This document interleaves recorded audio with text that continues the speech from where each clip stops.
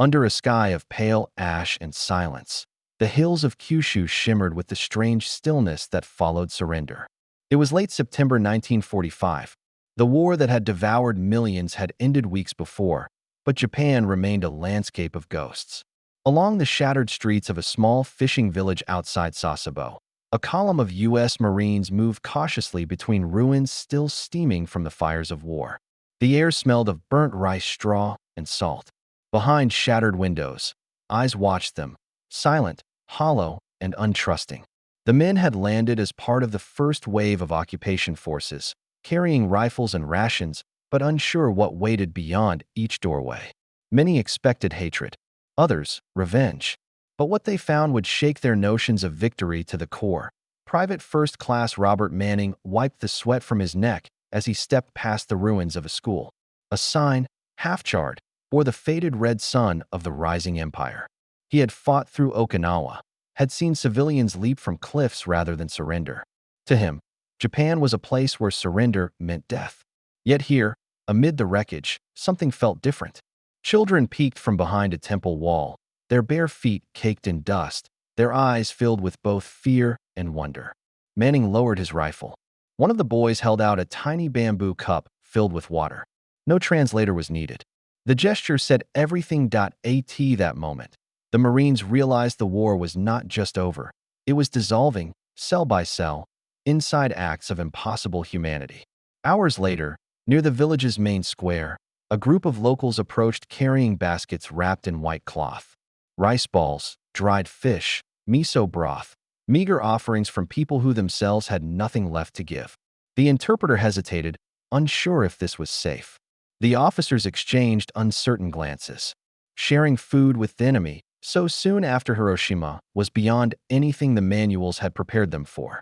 Yet when the first villager bowed low and motioned to the ground, inviting them to sit, even hardened men felt their throats tighten. Just months earlier, these same men had been trained to kill without hesitation. They had seen kamikaze strikes, bonsai charges, and civilians used as shields. Now they were being asked to remove their helmets and eat in peace. The Marines sat slowly, rifles still close at hand. A woman in a faded kimono poured tea into chipped cups. No words, only gestures. The clinking of cups replaced the crack of gunfire. For a moment, the island that had been synonymous with death became a place of quiet forgiveness. In the days leading up to this encounter, Japan's surrender had brought chaos. The Imperial Army was disarmed. Its generals signed documents under the cold gaze of American officers aboard the USS Missouri. Cities lay in ruin, Tokyo flattened, Hiroshima and Nagasaki burned beyond comprehension. Food was nearly gone. The average daily ration for civilians had dropped below 1,000 calories. Black markets thrived. Millions wandered the countryside searching for lost relatives. In this fragile vacuum, the American occupation began, not as conquerors, but as reluctant caretakers of a nation on its knees. General Douglas MacArthur had issued strict orders to treat civilians with respect. No revenge, no abuse, no humiliation, the directive read. Yet no one knew how that would translate on the ground. Soldiers were young, many only months removed from battles where mercy had meant death. Civilians were conditioned by years of propaganda to expect cruelty. The first encounters could have turned violent with a single spark. Instead, in places like Sasebo, Yokohama, and Shizuoka, something unexpected happened. Civilians offered food, and Americans, hungry for understanding as much as for sustenance, accepted. For both sides, that meal became a language without words.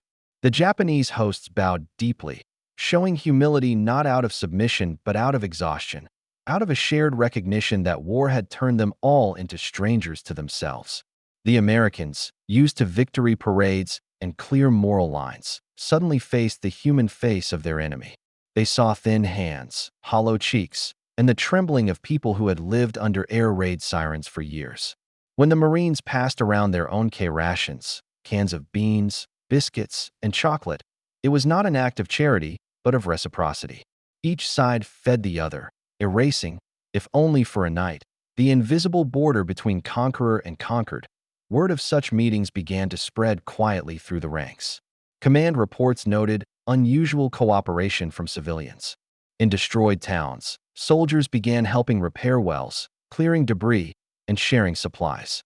The bitterness of combat faded into an uneasy partnership of survival. Some villagers even offered prayers for the safety of the Americans, believing that showing kindness to the victors might appease the spirits of their own dead. Priests emerged from burned shrines to offer simple blessings, their voices hoarse but steady. For the soldiers, the psychological shift was immense.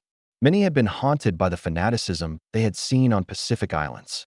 Now, as they sat beneath paper lanterns strung across a courtyard, they found themselves laughing softly with men who, months ago, might have faced them across a battlefield.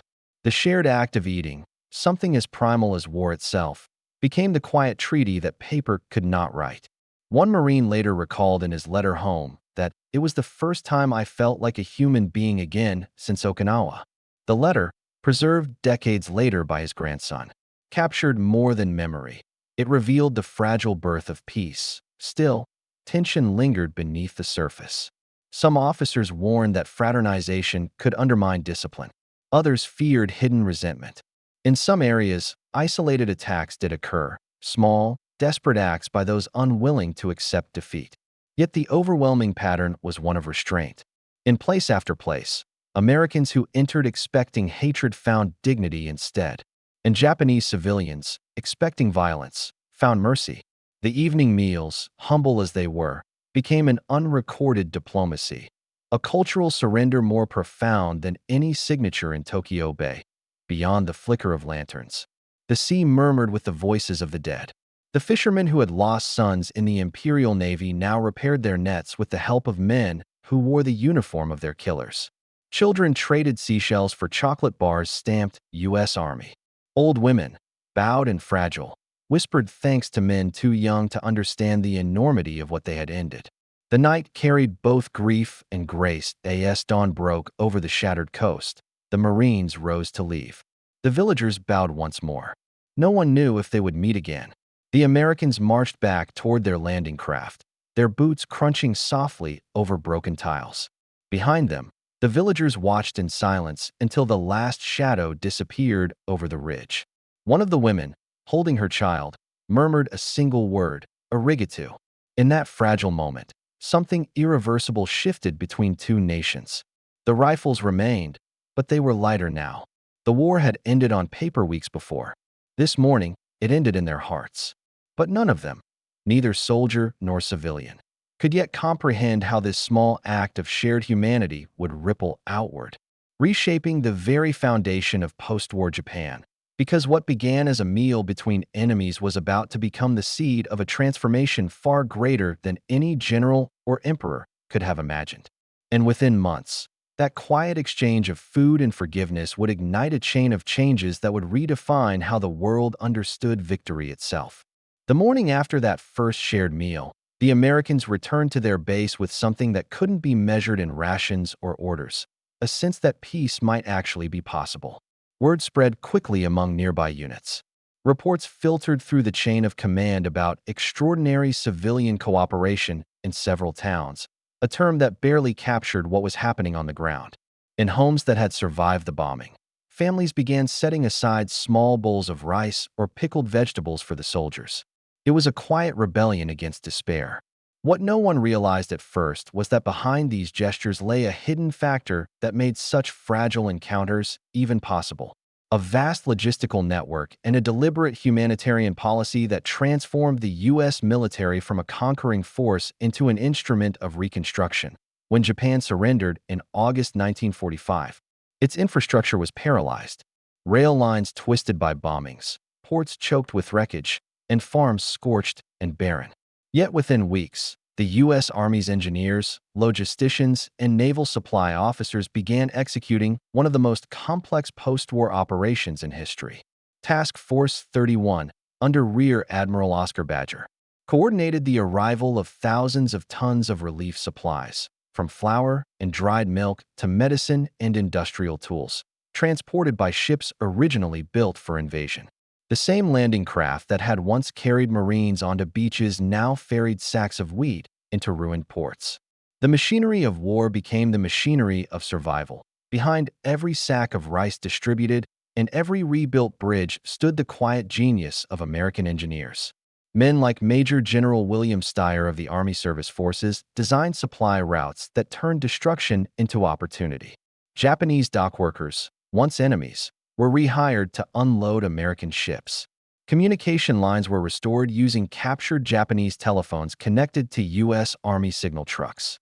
The effort wasn't charity. It was calculated pragmatism. If Japan starved, chaos would spread. If Japan survived, peace might last. The system worked so efficiently that by early 1946, American occupation zones were distributing an average of 300,000 tons of food per month to the civilians. The American logistics miracle appeared almost divine. The sky brings rice, one farmer reportedly told his son as parachutes of relief supplies drifted down over the countryside. What they didn't see were the long nights spent by U.S. Army quartermasters recalibrating shipping manifests or the sweat-drenched work of Seabees rebuilding airstrips to land C-54. Transport planes loaded with powdered milk. The unseen army of mechanics, radio technicians, and supply clerks made possible those moments of peace that unfolded in Japan's villages. Meanwhile, the Japanese population, driven by hunger and humility, began offering what little they could in return. Fishermen repaired nets for the occupation troops. Women sewed patches on torn uniforms. Teachers volunteered to translate at distribution centers. One Japanese engineer, a former naval machinist named Sato Hiroshi, helped American officers restore power to a local substation, earning a handshake from a man whose ship he might once have targeted. In that handshake, the war's ideological walls crumbled further. The Americans brought with them technology that seemed to belong to another world. Portable field kitchens capable of feeding 500 men per hour, diesel generators lighting entire towns, and jeeps that rolled effortlessly over terrain where ox carts had failed. Children chased these machines through the mud as if they were creatures from a new age. For the Japanese, seeing a jeep or a bulldozer was a glimpse into a civilization that had mastered efficiency itself. For the Americans, the reaction was humbling. They realized their strength was no longer in destruction, but in the ability to rebuild the in one small town near Nagano. Soldiers from the 24th Infantry Division worked with locals to repair a bridge over the Chikuma River. The job took 4 days. On the 5th, the villagers invited them to a feast, rice balls and miso soup once again. This time, however, the Americans came prepared. From their field kitchen, they brought cans of peaches and coffee. For people who had gone without sugar for years, the taste of canned fruit was almost mythical. An old man wept openly after his first spoonful. The interpreter later wrote that it was the moment Japan tasted peace. The success of these encounters did not go unnoticed by higher command. MacArthur's headquarters began formalizing what had started as spontaneous gestures. Psychological warfare units were repurposed into civil information sections, tasked not with propaganda, but with trust building. Engineers from General Electric and Westinghouse were flown in to assist in restoring power grids. Even Coca-Cola bottling equipment was installed in Yokohama. Not just Asa business, but Asa's symbol, a taste of normalcy in a land of ruins. American diplomacy had never looked like this before. It was edible, tangible, and wrapped in the aroma of bread and coffee. But not all soldiers accepted this transformation easily.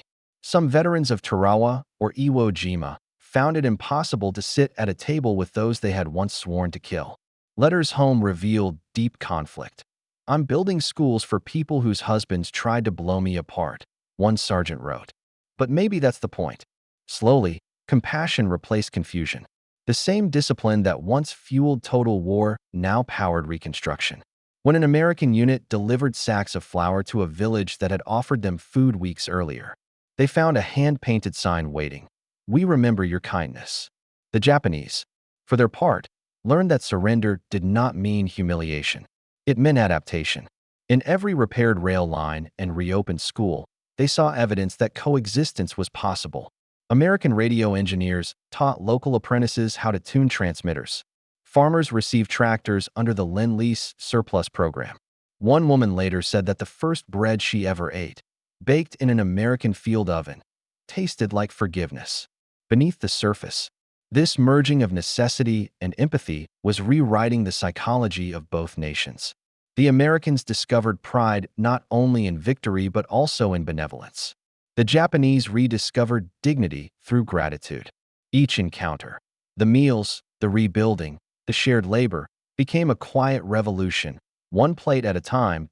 As months passed, these moments multiplied. Christmas of 1945 saw American soldiers handing out toys made from scrap metal to Japanese children. Villagers, in turn, placed origami cranes on the soldiers' tents as tokens of peace. For men who had crossed oceans to wage war, it was a disorienting transformation. The weapons that had divided them were now gathering dust in armories, replaced by shovels, cables, and field stoves. And yet, underneath this fragile new order, one question remained. Could this compassion survive the weight of occupation? Could a people so recently bombed into surrender truly forgive their conquerors? The world was watching, and even the smallest spark could reignite resentment. What happened next would determine whether Japan would become a partner in peace, or a battlefield once more. By the spring of 1946, Japan had begun to awaken from its nightmare. The first cherry blossoms since the surrender bloomed over scorched cities, their petals drifting through the ruins like fragile symbols of rebirth. In the streets of Yokohama and Osaka, children carried schoolbooks again. Street markets reopened, filled not with abundance, but with life. The strange partnership between former enemies had endured the long winter, and now it was reshaping both nations in ways no one could have foreseen. Across the country, American GIs continued to find themselves invited into homes whose paper walls still bore the scars of air raids. These shared meals had become ritual: rice from U.S. rations mixed with homegrown vegetables, tea brewed over coals, and laughter struggling to fill the silence left by the dead. For the Japanese, these acts of hospitality were a reclaiming of identity, proof that their spirit had survived when everything else had been taken. For the Americans, they were something deeper: redemption. The men who had burned cities to the ground were now helping to rebuild them, hammer by hammer, meal by meal. The strategic effect of these human gestures rippled through every level of policy. American command reports showed a sharp decline in civilian hostility. Crime rates dropped. Markets stabilized. MacArthur himself remarked that the peace of Asia may be won not by the sword, but by the spoon. His administration began actively supporting civilian relief initiatives, encouraging units to cooperate with local leaders. Engineers, linguists, and agricultural experts were recruited to teach modern farming techniques. Former imperial officers were retrained as civil administrators. Japan, stripped of its empire, began constructing a new identity from the rubble, a democracy nourished by food and trust rather than fear and fanaticism. The psychological transformation was profound. For generations, Japanese culture had been steeped in notions of honor, duty, and sacrifice. Surrender was shame. But as mothers watched their children survive on flour and milk shipped from American docks, the definition of honor changed. Survival itself became sacred. Farmers returned to the fields not for the emperor, but for their families. Teachers rewrote lessons to include concepts once forbidden: equality, freedom, and coexistence. In this way, every shared meal between an American soldier and a Japanese civilian became a lesson in democracy, an unspoken curriculum written in the language of compassion. The Americans, too, were transformed. Men who had expected to despise their former enemies began sending home photographs, not of ruins, but of friendships. Soldiers who had lost brothers at Okinawa now wrote about Japanese carpenters helping them build mess halls or mothers sewing patches on their uniforms. For many, the occupation became a spiritual journey, forcing them to question everything they had believed about the nature of victory. As one private wrote in a letter home, "We came to occupy a country. Instead, we found a people who taught us peace." This transformation fed directly into broader U.S. strategy.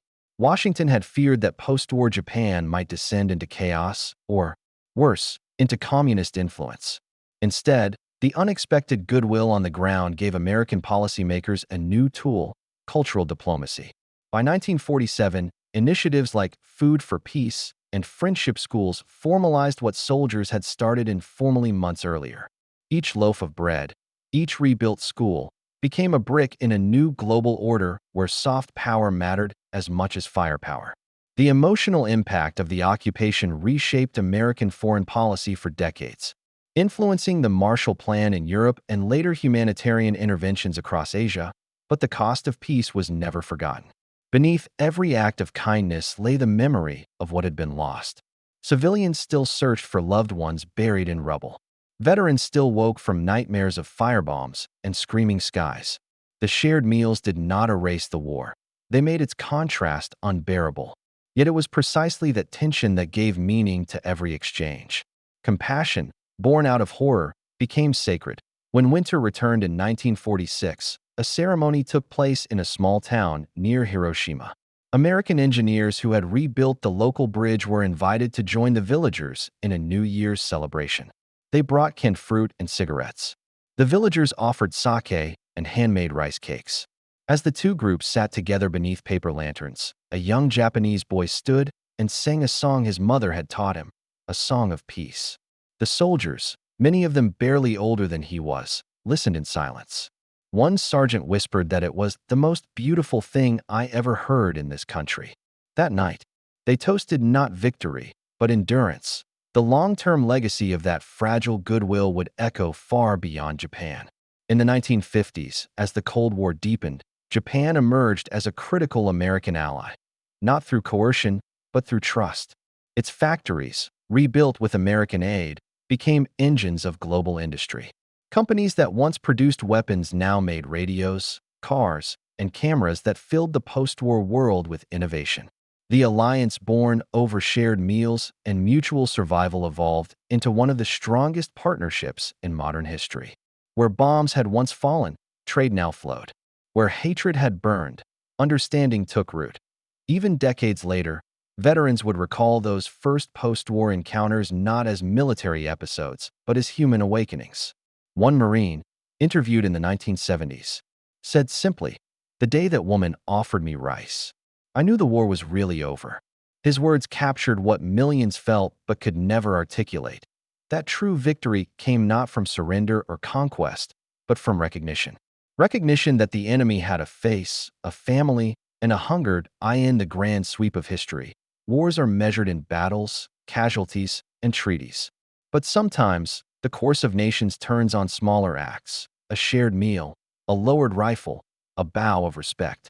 In the ashes of World War II, Japan and America discovered that humanity could rebuild what war had destroyed, not through might, but through mercy. The same hands that once carried rifles now lifted bowls of rice. The same hearts hardened by loss now opened to strangers as the sun rose on a new Japan. The villagers who had first invited American soldiers to share their meal watched their children grow up in a nation at peace. The memory of that evening in 1945 lingered in their stories, told and retold across generations. They called it the night the war finally ended. And from that night forward, both nations learned an enduring truth, that sometimes the greatest act of power is simply to sit down, break bread, and begin again.